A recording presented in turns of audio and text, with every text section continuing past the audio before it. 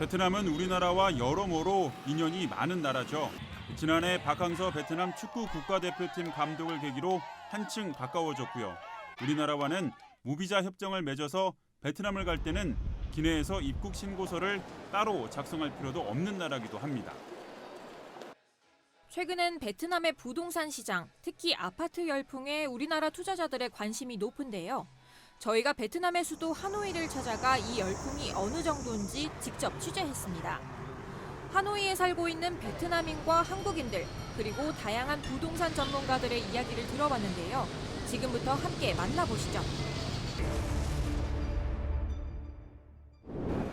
하노이에 와서 가장 인상 깊었던 점이 바로 도시 곳곳에 공사 현장이 보인다는 점이었습니다. 하노이 시내 전체가 공사 중이라고 해도 과언이 아니었는데요. 베트남에서 쉽게 볼 수 있는 오토바이 행렬, 여기서 나오는 매연의 공사 먼지까지 더해지면서 마스크를 한 하노이 시민들을 쉽게 볼 수 있었습니다. 공사 열풍의 힌트는 이곳 하노이시의 GDP 성장률에서 찾을 수 있습니다. 하노이시 GDP 성장률이 올해 1분기 6.99%를 기록했는데요. 베트남 전체 GDP 성장률 6.79%보다도 높았습니다. 이 여러 산업 중에서도 건설과 공업 부문이 7.13%를 기록해 상위권을 나타냈는데요. 베트남 내 건설사들 가운데 민간 기업 10곳 중 6곳이 올해 1분기 사업을 긍정적으로 전망하고 있는 것으로 조사됐습니다. 그러니까 부동산 시장이 빠른 경제 성장을 이끌고 있고 이 시장의 기업들이 건설에 또 적극적이다, 이런 뜻입니다. 이런 개발 흐름은 당분간 이어질 것으로 보입니다. 지난 2007년 이후 10년간 베트남의 도시화가 어느 정도 진행됐는지 보니 도시화율이 35%를 겨우 넘는 수준이었습니다. 한국이 80% 초반, 그리고 중국이 55% 정도인데 발전 가능성은 아직도 무궁무진한 셈입니다. 매년 약 0.8%씩 성장하고 있다고 하니 베트남 그리고 하노이의 공사 열풍은 당분간 계속될 것으로 보입니다. Cho các nhà đầu tư, chúng tôi đánh giá là thị trường bất động sản của Việt Nam ở Hà Nội hoặc Sài Gòn nó giống như là ở Thượng Hải, ở Bắc Kinh cách đây độ khoảng 10 năm đến 20 năm, hay hoặc là ở bên Hàn Quốc cách đây tầm độ khoảng 30 năm. 저희가 직접 하노이 시내를 돌아다녀 보니까 돈이 잘 돈다는 느낌도 받을 수 있었습니다. 상가나 음식점 그리고 밤거리에서도 생기가 도는 모습이었는데요. 일부 전문가들은 하노이시의 1인당 GDP가 4,000달러를 웃도는 것으로 추산하고 있습니다. 베트남 전체 1인당 GDP가 3,000달러가 되지 않는다는 점을 감안한다면 이곳 하노이에 돈이 몰려있다, 혹은 또 돈이 몰리고 있다고 볼 수 있는 셈입니다. 다만 카드 같은 전자결제보다는 현금 거래가 절대 다수다 보니까 아직은 지하경제가 발달했기 때문으로 분석될 수는 있는데요. 결과적으로는 이런 자산 축적에 따른 소비 변화가 보통 의식주에서 먼저 나타난다는 점을 감안한다면 새로운 주거 형태에 대한 소비자들의 욕구, 또 이것을 간파해 하노이의 주택 건설이 활발하게 진행되고 있다고 볼 수 있습니다. 저희가 취재하면서 흥미로운 이벤트를 발견했는데요. 시행사가 주택공사 현장에서 콘서트를 주최한 것이었습니다. 하노이 중심지에서 차로 약 1시간 거리의 빈시티 오션파크라는 곳이었는데요.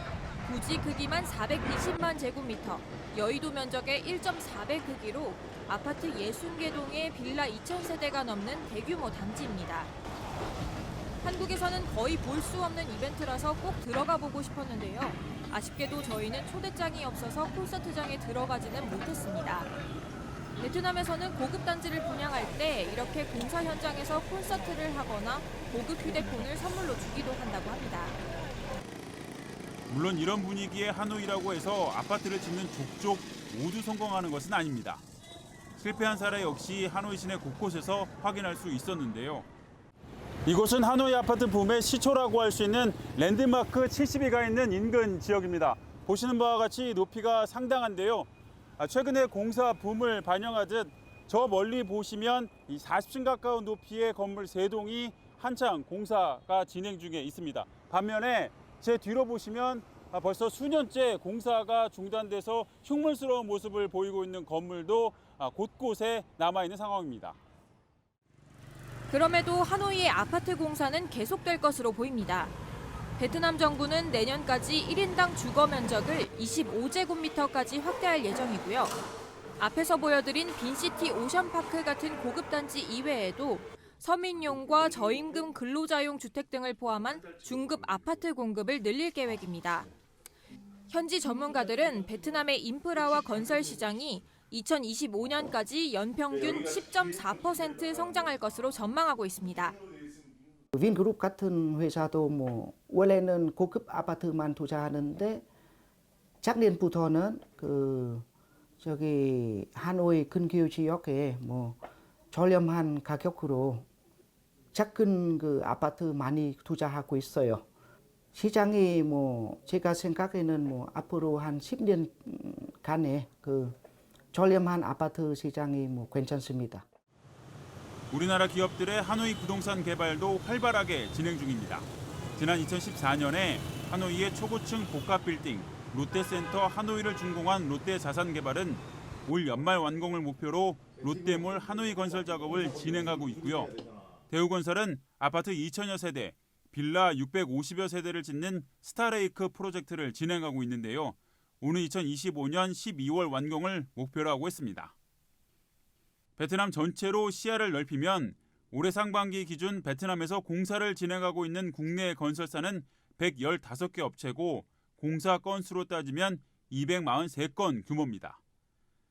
이번 문재인 정부의 신남방 정책의 핵심 파트너로 이곳 베트남이 부각되면서 국내 건설사들에게는 제2의 중동이라는 평가를 받고 있는 상황입니다.